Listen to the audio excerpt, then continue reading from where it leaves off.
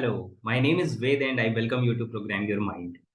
आज मैं आपके साथ एक बहुत ही ज्यादा गहरा कॉन्सेप्ट शेयर करने वाला हूँ, एक डीप क्लैरिटी देने वाला हूँ आपको about the term which is called साक्षी भाव या दृष्टा भाव, जिसे एनएलपी की लैंग्वेज में, यानी जिस साइंस पे मैं वर्क करता हूँ, न्यूरो लिंग्विस्टिक प्रोग्रामिंग, उसकी लैंग्वेज में हम इसे डिस्टेंट ऑब्जर्वर या डिसएसोसिएटेड ऑब्जर्वर कहते हैं। तो एग्जैक्टली ये साक्षी भाव या दृष्टा भाव क्या होता है और क्या फर्क होता है दर्शक में और दृष्टा में? क्योंकि अगर आप डिक्शनरी में देखेंगे तो कई बार आपको ऐसा लगेगा कि ये दोनों शायद एक जैसी चीजें हैं, लेकिन दोनों में एक बहुत बड़ा डिफरेंस है। और इसे अगर आप समझ लें और अपनी जिंदगी में इंटीग्रेट करना शुरू करें, प्रैक्टिस करना शुरू करें, तो आपकी जिंदगी में स्पिरिचुअल ग्रोथ स्टार्ट हो जाएगी।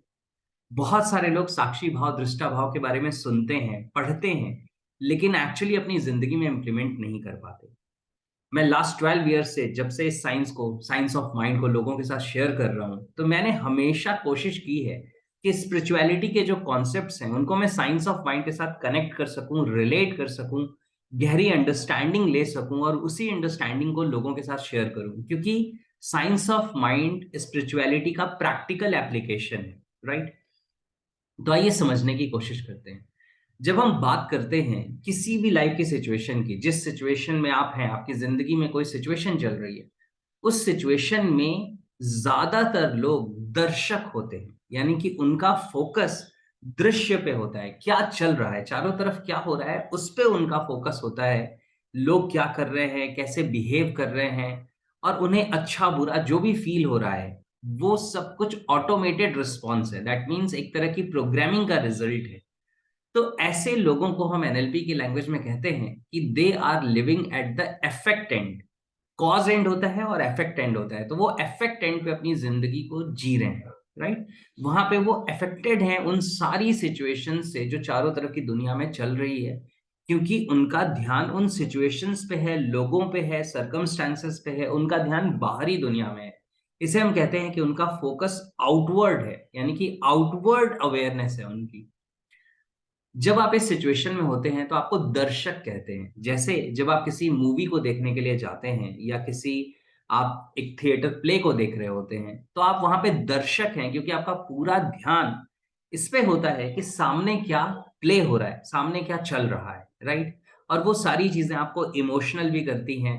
अगर खुशी के मोमेंट्स हैं, अगर मूवी में कोई ऐसा सीन है तो आप खुश हो जाते हैं, कोई सैड सीन है तो आप दुखी हो जाते हैं, क्योंकि आप उस दृश्य में खोए हुए हैं। तो इस सिचुएशन में आप दर्शक हैं। राइट? आप समझते हैं दृष्टा क्या होता है, यानी कि डिस्टेंट ऑब्जर्वर या डिसएसोसिएटेड ऑब्जर्वर क्या होता है? दृष्टा या डिस्टेंट ऑब्जर्वर उसे कहते हैं जिसका उस सेम सिचुएशन में, यानी कि लाइफ में कुछ चीजें चल रही हैं और वो सिचुएशन में ही है, लेकिन उसका ध्यान दृश्य से ज्यादा खुद के ऊपर है।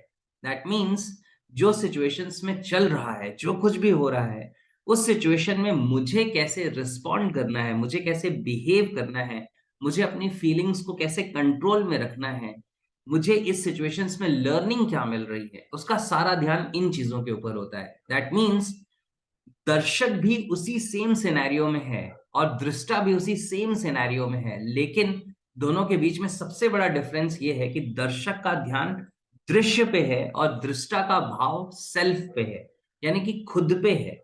वो उस पूरे सिनेरियो में खुद को अपग्रेड कर रहा है, खुद को ऑब्जर्व कर रहा है, अपने बारे में लर्न कर रहा है। तो ऐसी सिचुएशन में आप जब दृष्टा भाव अपना लेते हैं तो आपकी जिंदगी में आपकी ग्रोथ होने लगती है, क्योंकि अब आपके इमोशंस का कंट्रोल सिचुएशंस के हाथ में नहीं रह के आपके हाथ में आ जाता है। और आप अब रिएक्टिव की जगह रिस्पॉन्सिव हो जाते हैं, यानी कि आप रिएक्शन मोड में जिंदगी नहीं जीते। किसी सिचुएशन में आप हैं और किसी ने आपको एक पिंचिंग बात कह दी या कुछ आपके साथ मिसबिहेव कर दिया, और आप एकदम से रिएक्ट कर जाते हैं, आप एकदम से मे बी चिल्लाने लग जाते हैं या आप हाथ उठा लेते हैं, ये रिएक्शन है। लेकिन जब आप दृष्टा भाव में आ जाते हैं तो आप अपने रिस्पॉन्स को चूज कर पाते हैं। इसे हम कहते हैं the biggest freedom in life is the freedom to choose your response. जिंदगी में सबसे बड़ी आजादी अपने रिस्पॉन्स को चूज करने की आजादी है। लेकिन ये आप तभी एक्सेस कर पाते हैं जब आप ऑब्जर्वर मोड में अपनी जिंदगी जीने लगते हैं, दृष्टा भाव में जीने लगते हैं। राइट? तो ये एक बहुत ही गहरी लर्निंग है, इसको अपनी जिंदगी में इम्प्लीमेंट करिए।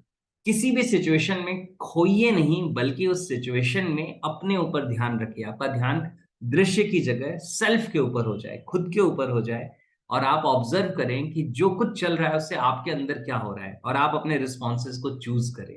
राइट। मैं चाहता हूं कि कमेंट सेक्शन में आप मुझे शेयर करें कि इस वीडियो से आपको क्या लर्निंग मिली, वो क्या क्लैरिटी है जो आप इस वीडियो से लेके जा रहे हैं। अगर ये वीडियो आपको अच्छी लगी हो, तो आप इस वीडियो को अपने नियर एंड डियर वंस के साथ जरूर शेयर करिए। आपको क्या करना होता है, सिर्फ शेयर बटन पे क्लिक करना है। व्हाट्सएप पे या टेलीग्राम पे आप लोगों के साथ शेयर कर सकते हैं, क्योंकि लोगों को जरूरत है इस क्लैरिटी की, वो उन्हें मिल नहीं पाती। और हाँ, अगर चैनल सब्सक्राइब नहीं किया है तो प्लीज सब्सक्राइब कर लीजिएगा, that will be really helpful, क्योंकि that will help you watch every video. आप हर वीडियो के साथ कनेक्टेड रहेंगे। राइट।